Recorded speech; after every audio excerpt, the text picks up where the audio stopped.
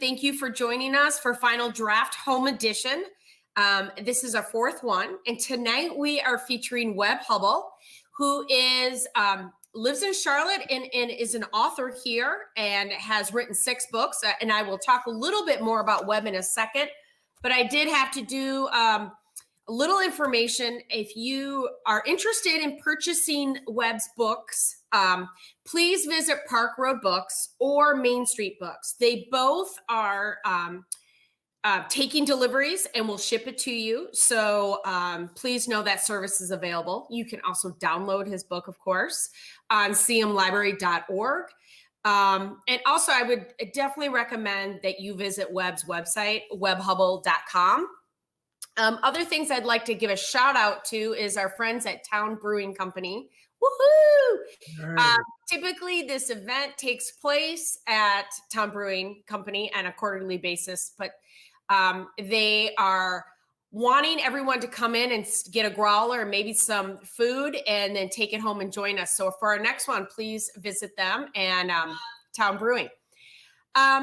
So we're going to start, and I'm going to introduce Webb. Webb Hubbell, I tell you, I've met Webb a couple times in the Charlotte community, and I know quite a bit about him, but then I read his bio today and I'm a little nervous. I am sitting with somebody who was, let me tell you, Webb is from Little Rock, Arkansas, but he was mayor of Little Rock, Chief Justice of Arkansas Supreme Court, but then he was Associate Attorney General in the United States, appointed by Bill Clinton, President Bill Clinton. So, and if in his new book that came out, The East End, one of the folks that wrote a really wonderful comment about his book was President Bill Clinton. So, but the best part about Webb that I'm going to tell you that I'm most excited about, because those who know me know I love sports. He played football at the University of Arkansas in 1965 to 69. He was a Razorback in the year of 69. They won the Sugar Bowl. So he might have been, had an amazing law career, but he won the Sugar Bowl.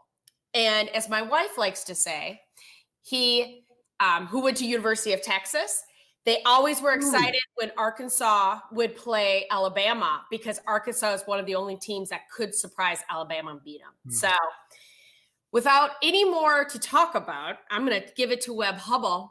But Webb, thank you for joining us. It is a true honor to have you with us tonight. And I would love you to talk to the audience about your new book, The East End, and anything else you want to talk about. Well, thank you, Jenny. I love the football introduction.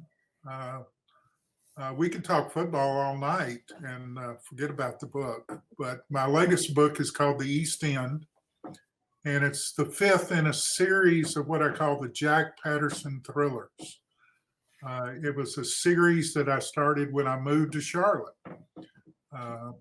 I was not an author. I waited until late in my life, as you can imagine, to start writing novels. And I hope you'll ask me some questions about that.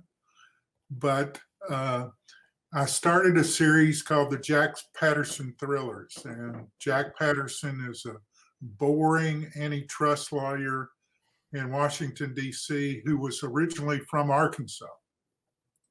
And then in the first book, which is called When Men Betray, Jack was forced to go back to Little Rock to find out why his best friend in high school and college murdered the U.S. Senator from Arkansas. And from there, we go on. And so I'm now on my 5th novel.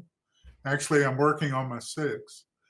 And in the East End, it begins with Jack once again going back to Little Rock, but this time to visit another high school friend who called him and said, "Can we play a round of golf? I got a few questions for you." And as soon as Jack gets back to Little Rock, he arrives at the airport, gets in a cab, and as opposed to taking him to the nearby hotel, he's taken to the swamps outside of Little Rock, where he's lynched and almost killed. And I'll let you read the book to figure out why he's being lynched. But his friend from the book one, a man named Clovis Jones, who is his bodyguard, rescues him in time. And then he finally finds out why his friend Sam has brought him to Little Rock one more time. I think you'll find there are a lot of twists and turns in this one, but basically we get the title the East End because every city has an East End, except it may have a different name. It might be the West End, it might be the other side of the tracks, it might be the projects. It's where the poorest of the poor live and where city services don't apply, policemen are afraid to go to. And in Little Rock, it is the East End. The East End is where no one wants to go or spend the night. And it's a story about healthcare, which is certainly a current topic. It's a story of corporate greed, once again, and most of my novels involve that or other issues. And Jack, once again, finds in this one, not only was he lynched, but then later he's accused of trying to murder the people who lynched him. And so Jack and his group of friends that he's gathered together try to solve the mystery of why is somebody trying to lynch him? Why does his friend Sam need his help? And why is he now being accused of murder? Well, when I will admit, I haven't read your books yet. And oh, Jenny, you've got to do better. And I'm an avid reader. I'm on it, Webb, because I read that and I was like, this is something I'd really enjoy. But so Jack Patterson, I'm sorry. Yeah. Who is Jack to you? Like, is this somebody that you, like, is this you? Or is this somebody that really you've met in your life, but then inspires you? Jack's a compilation, although I've got about 50 lawyers back in Arkansas who think they're Jack Patterson, especially when he gets with a good-looking girl. But Jack is a compilation of lawyers. I tried to make him as one of those I tried to figure out the most boring lawyers in America, and that's usually antitrust lawyers. Only read economic reports, and seldom get in trouble, and then make him be the person who gets in trouble all the time and almost get killed in every book I wrote. So, I always find it interesting that so many authors, we're pretty honored with the job we have. We get to meet a lot of authors, talk to a lot of authors, learn from publishers, backgrounds of authors. Most of the authors started off and had you had a huge career. What made you turn to writing? Well, actually about 10 years ago, my wife and I had a liver transplant. And so I had to quit working where I was in Washington, and we decided to finally escape from Washington and come to Charlotte, where my daughter was living and raising her young girls. And once we got here, one of my other daughters said, well, Dad, what are you going to do with yourself now? And I was a little too old to go to work for somebody. So I said, I'm going to write the great American novel. What else do you do when you're retiring, so to speak? And I started, and I have to admit, I'm having the best time of my whole life. Most people, would look at my career and say, well, he was probably at his happiest when he was a judge or when he was at the Justice Department. Mine is writing novels here in Charlotte, North Carolina. Do you find yourself to be an introvert or an extrovert? Well, my whole life has been an extrovert, but I enjoy writing probably more than anything I've ever done. That's great. I have a question here from one of our friends. Webb, I met you the very first time at Levine Museum, probably right when you and Susie moved here, Right. with Bill Dinwiddie. Yeah, yes. My good friend here, Marcus Kimbrough, who works for Levine Museum Okay. now, he asked, were you at Arkansas with Jimmy Johnson and Jerry Jones? I came the year after they won the national championship. Jimmy Johnson then became a student coach right after that, so he was one of my first coaches. And Jerry Jones I've known until he bought the Cowboys. Oh, wow. That was a really great team. It was the 1964 team. They did beat Texas, and then went on to win the national championship in '64. Then I got there in '65, but I knew them fairly well, both of them. Webb, do you have a ring?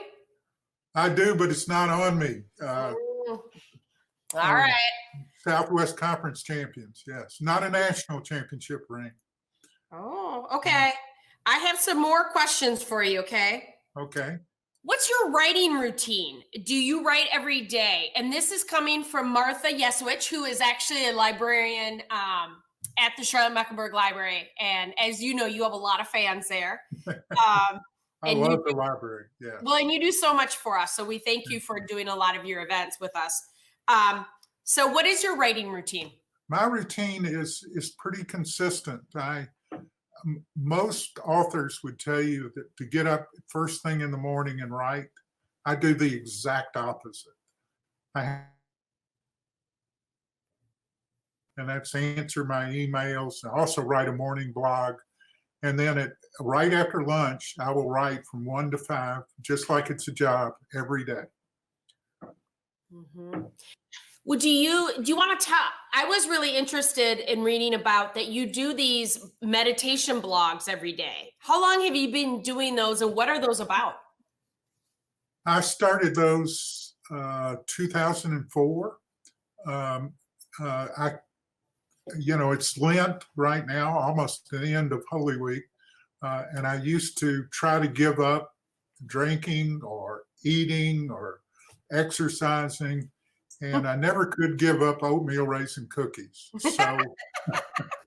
So I decided to do something positive. And so I started writing during the 40 days of Lent, a morning meditation that I would share with family and a few friends. And it's grown into a blog. And when we moved to Charlotte, I started writing almost every day. It's called the Hubbell Pew. And I do that as a kind of a morning meditation for myself, but then share it with other people. That's great. I thought that was really interesting when I saw that today. I'm looking here. I got two more questions for you. One is, would you ever write mysteries for young adults? That'd be an interesting thing. I'm not too young anymore, so I'm not sure how to do that. But it's a good thought. It's a good thought. Yeah. Here's another one for you. Any advice for those wanting to write a book? Where do you start? You read? I think you have to read 2 or 3 or 4 times as much as you write. And then the other thing is to do it every day, even if you only write 5 words a day. Some days I can write 5 or 10 pages. Some days I can barely get through what I wrote the day before. But it's the dedication, it's the writing every day that's important. So I think it was Anne Lamott who wrote a book about writing called Bird by Bird. And essentially it's word by word, bird by bird. Mm-hmm. She's good. She's really good. She's really good. Okay, here's another question. This is coming from Ray Jones. During public service, who was most impressive figure you met and admired or admired? Well, the obvious one was my friend Bill Clinton, but I think the one that I admired the most and enjoyed working with so much was Jan Arena. She was the Attorney General.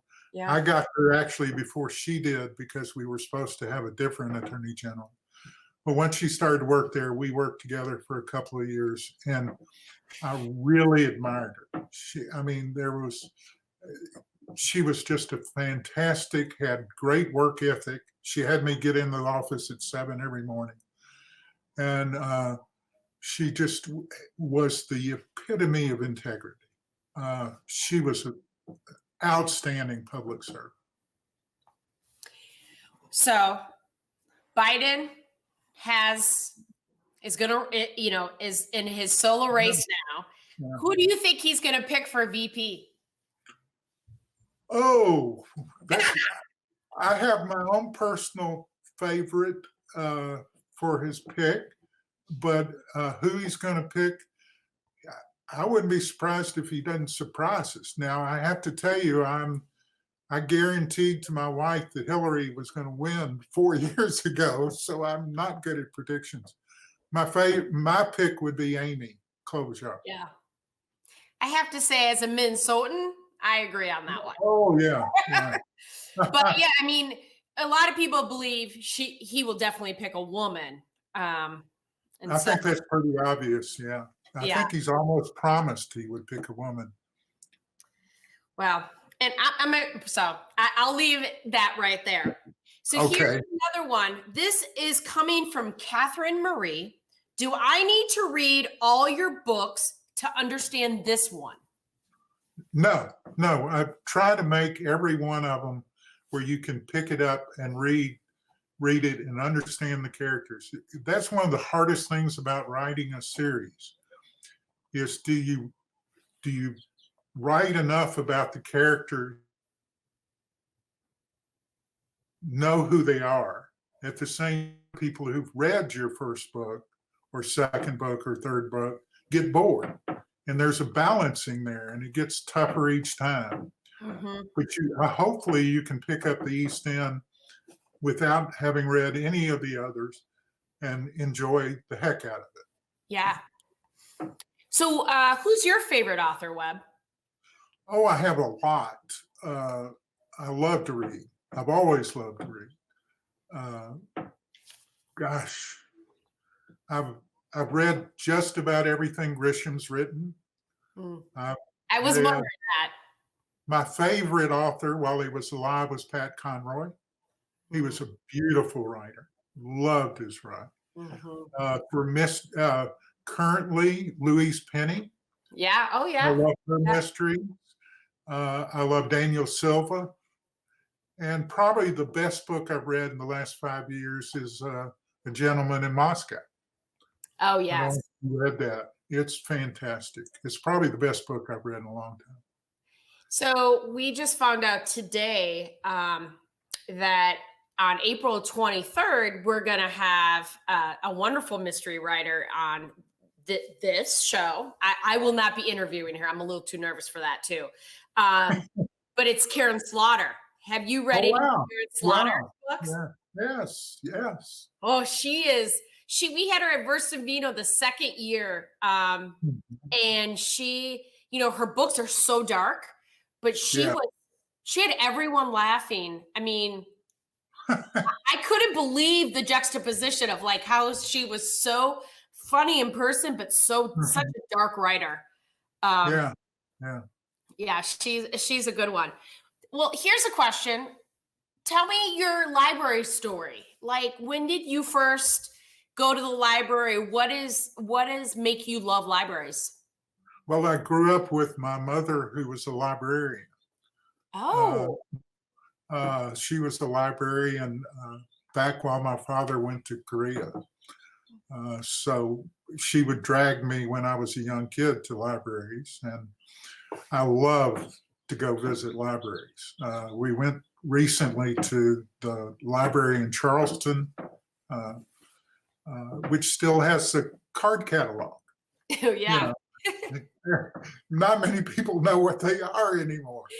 But I used to go in college. That was the place I would go study. So I would love libraries and the quiet and just being surrounded by books and being a lawyer. Law libraries are where you make your living. Yeah, that makes sense. Okay, I have a couple more questions from our audience. This comes from Mark Cutney, who is an attorney here in Charlotte, but also is the owner of Town Brewery Company and a very good friend of the library. Let me ask, hold on. His question is, If you need creativity to write, what's your favorite food, drink place to go? Huh. Obviously, Mark's. But other than Mark's, Yeah. I love to go to dives, Yeah. old bars and small places. Comet Grill is a great place to go to get a burger and a beer. Those kind of places back at home in Arkansas. I write a lot about food in my books. You'll notice when you read them, Jenny, is that Jack Patterson is a foodie. Oh, he is. Oh, he is, yes. But he loves good old Southern cooking, yes. So Dish would be another one, yeah. if you were to make if you had your favorite dish tonight, your favorite Southern dish, what would it be?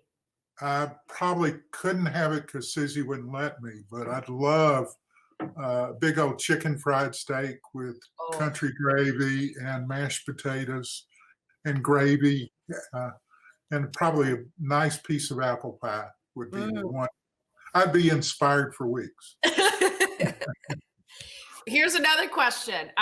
Back from Marcus. Are you still involved in politics? No, I'm not. I mean, I follow it a lot. I mean, you naturally do, but not really at all. We support some local Democrats. I'm a yellow dog from a long time back, but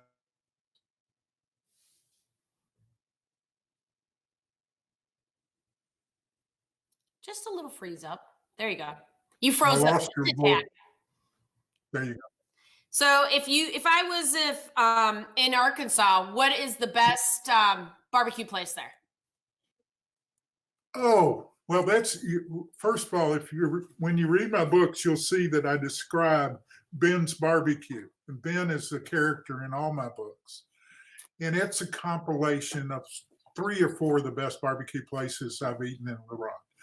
There's a little shack in the industrial area called HB's that has the best sauce ever. There used to be a barbecue place in Little Rock called The Shack. That was really good. There's a place in Hot Springs, Arkansas called McLard's.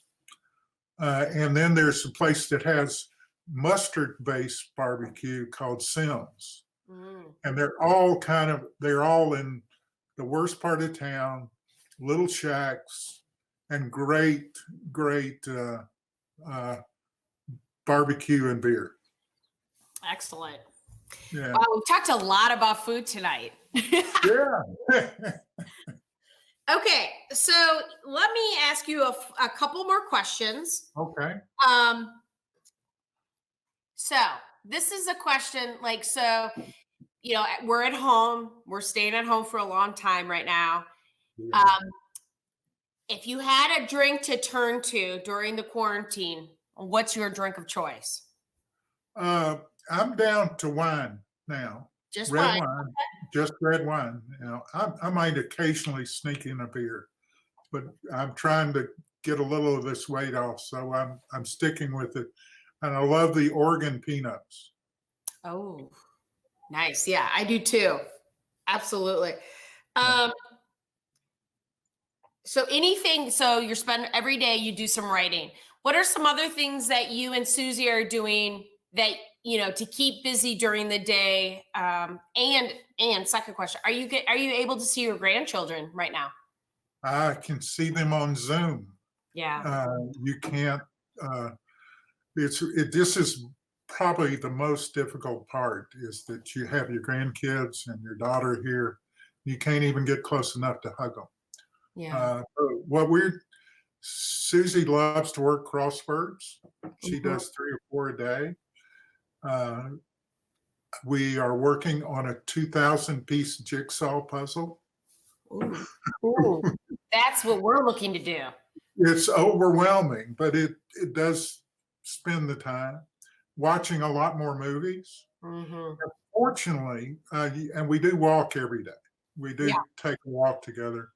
And fortunately, we have a little front porch. It's not very big, but the weather, I think, despite what we're going through, the weather has been great the last couple of weeks. And so we can walk and sit on the porch, have a glass of wine, and see the neighbors walk by, and we're all 6 feet apart so we can say hello. Yeah. Miss that cultural interaction. You really do. And there's some really nice parts of this, as far as connecting with family and somewhat just relaxing a little bit. Right. We've talked about, like, God, can you imagine if this was December, January, and February this was happening? I mean, same thing. oh, Yeah. it'd be just so depressing. Making a situation. I may have chopped my head off by then. The best thing that's happened is the weather. Best thing that's happened is the weather. Yeah. So Webb, last question. How long do you think you'll write? How many more books do you see you writing? I enjoy the process so much that I've been writing about one a year. And, from start to finish, it takes about 8 months, and then you go through the editorial process. So I hope as long as I'm here, I'll be writing a book. Well, I hope so. I have to tell you, the process is as much fun as anything I can do. Were you picked up pretty quick? I mean, that's no. I went through the same thing that most authors do. Is I actually I wrote a memoir back in the 90s. And I went back to that agent who didn't sell fiction, but he kind of agreed to look at it. And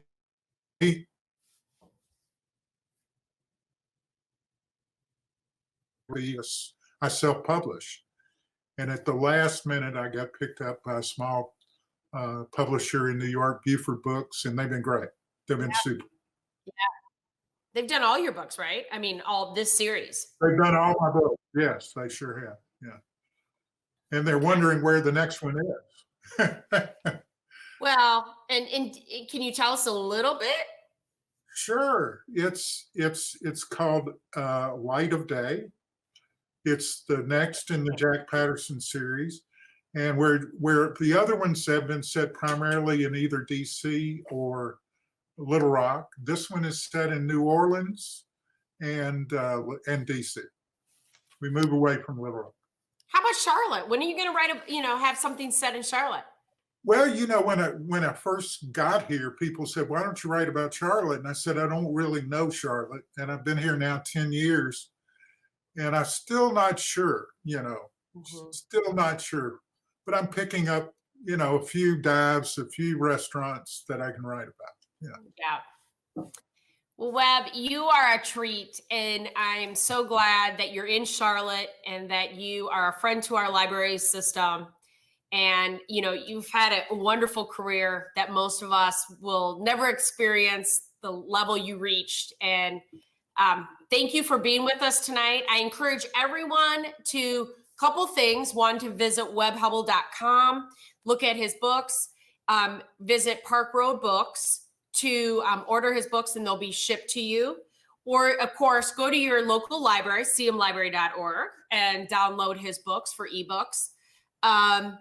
And last but not least, I would just like to say, the Charlotte Mecklenburg Library Foundation exists to support the mission of our library system, to improve lives and build a stronger community. And we all are living in some really unique times. And I hope that if you're able to, you would consider supporting us at foundation.cmlibrary.org. We will be back Tuesday night at 7:00. So please join us. And thank you again, Webb. And I wish you the best, and for Susie to hopefully not hurt you during this time. Thank you for having me. Thank you. And enjoy your night, everyone. Thank you so much. Good night. Good night.